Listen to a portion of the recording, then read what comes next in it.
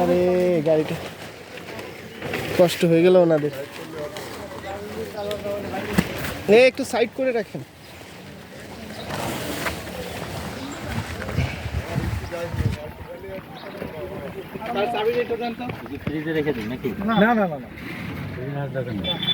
এমনি দিয়ে দেবেন পলিতে কিনে বাতাস লাগে না জানো, বাতাস লাগে না জানো।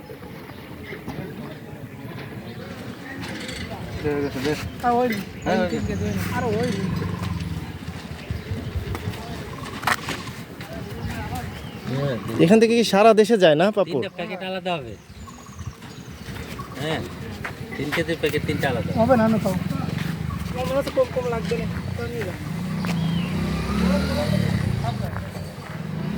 আমরা আসছি এখন যশোরের ফুলতলার একটা পাপড় বানানোর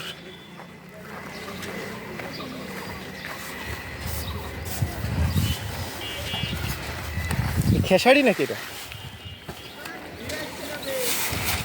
কাকা? এটা খেসারি না? খেসারি ছাড়া পাপড় হবে না? খুবই মজার ব্যাপার। খেসারি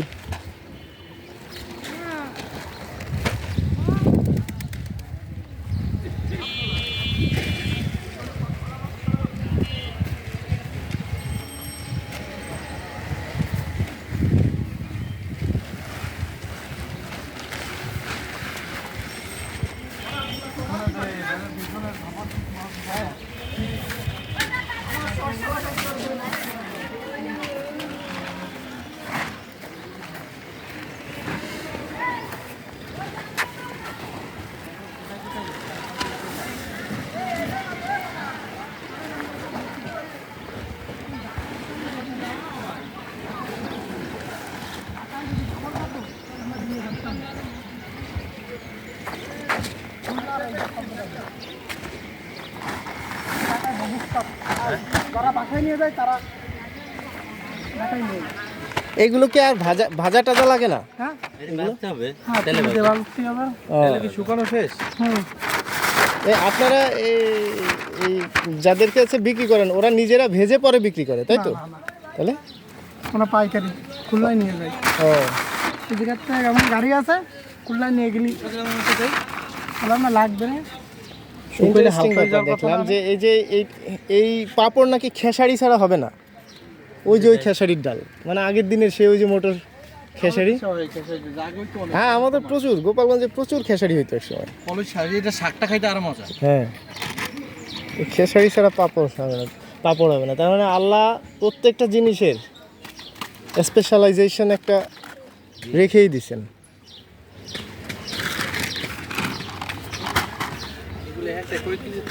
এখানে কি সবাই আলাদা আলাদা বানায় না একটা কারখানার মতো এটা? ও প্রত্যেকে আলাদা আলাদা। বুঝছি রুটির মতোই ওরকম বেলে না? কি বিয়া মেশিন টেশিন দিয়ে বানান নাকি? এটা কি মেশিনে না?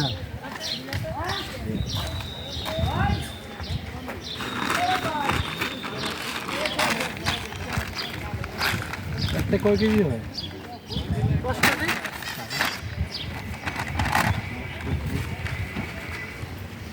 সারিকে আনতে গেছে।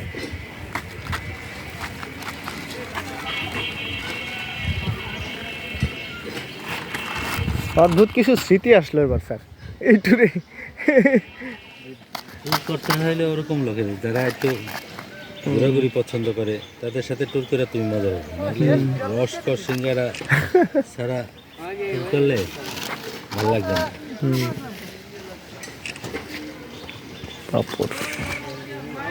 অনেক জায়গায় যায়, কোনো জায়গায় বাদ দেয় না। খুব মানে শৌখিন লোক। কোন জায়গায় কি আছে ঠিক চলে।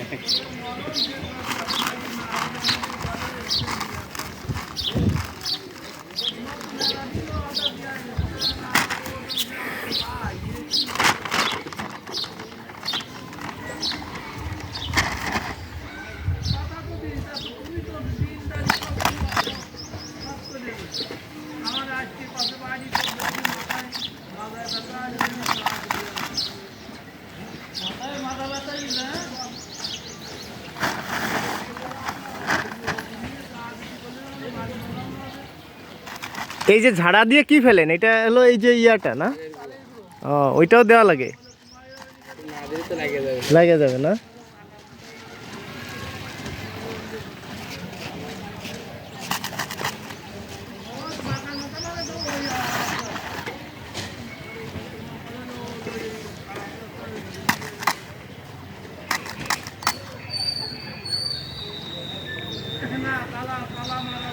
এই পুরো যশোরে এই পাপড়ের ই আছে তাই তো? আমাদের খুলনায় সব বাংলাদেশে যায়। ও, খুলনা। হ্যাঁ, খুলনার মোকামে দেন ওই থেকে যায় সব জায়গায়। খুলনায় উত্তরবঙ্গেরটা আমার ভালো লাগে, উত্তরবঙ্গে আলু দিয়ে না, পাপড়াই আমাদের এই দক্ষিণেরটাই পাপড়। পাপড় বলতে যা বোঝায় না, যে মজা, এই পাপড়ের মজা আর কোথাও আছে? এই খাঁটি মজা। এই পড়ে গেল একটা। ভাইয়ের নাম কি? রাফি ভাই, ধন্যবাদ আপনাকে। আপনার ইয়াটা স্মৃতিটা ভিডিও করে নিয়ে গেলাম। আপনার নিজের এটা না? আপনার নিজের না? কতদিন ধরে আছেন এখানে এই ব্যবসায়? ছোটকালে একদম ছোটবেলা থেকে, মানে পারিবারিকভাবেই? যাক, ভালো ভালো। যাক যাক, খুব ভালো। ব্যবসাটা আল্লাহর রহমতে ধরে রাখছেন। এই ইসের সাথে কোনো আধুনিক মেশিন টেশিনের সংযোগ নাই না? মেশিন দিলেও স্বাদ নষ্ট হয়ে যাবে নাকি? হাতে না হলে পারফেক্ট হবে না, ভালো হবে না।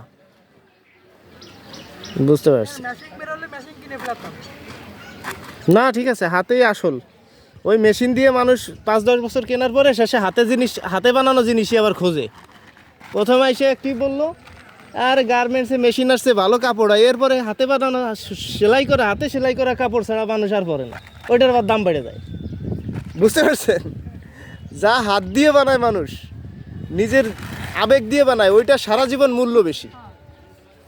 আপনার এটারও মূল্য বেশি। তো দোয়া রইলো আপনাদের ইয়েটা, ব্যবসাটা ছড়া দেশের বাইরেও যাবে একদিন আল্লাহর রহমতে। হ্যাঁ, ইনশাল্লাহ। এটা পাপড় তো আমাদের নিজেদের ঐতিহ্য, বাংলাদেশের মানুষের, আমাদের নিজেদের ঐতিহ্য। আমার বাড়ি গোপালগঞ্জ, আপনার ভাই ব্রাদার।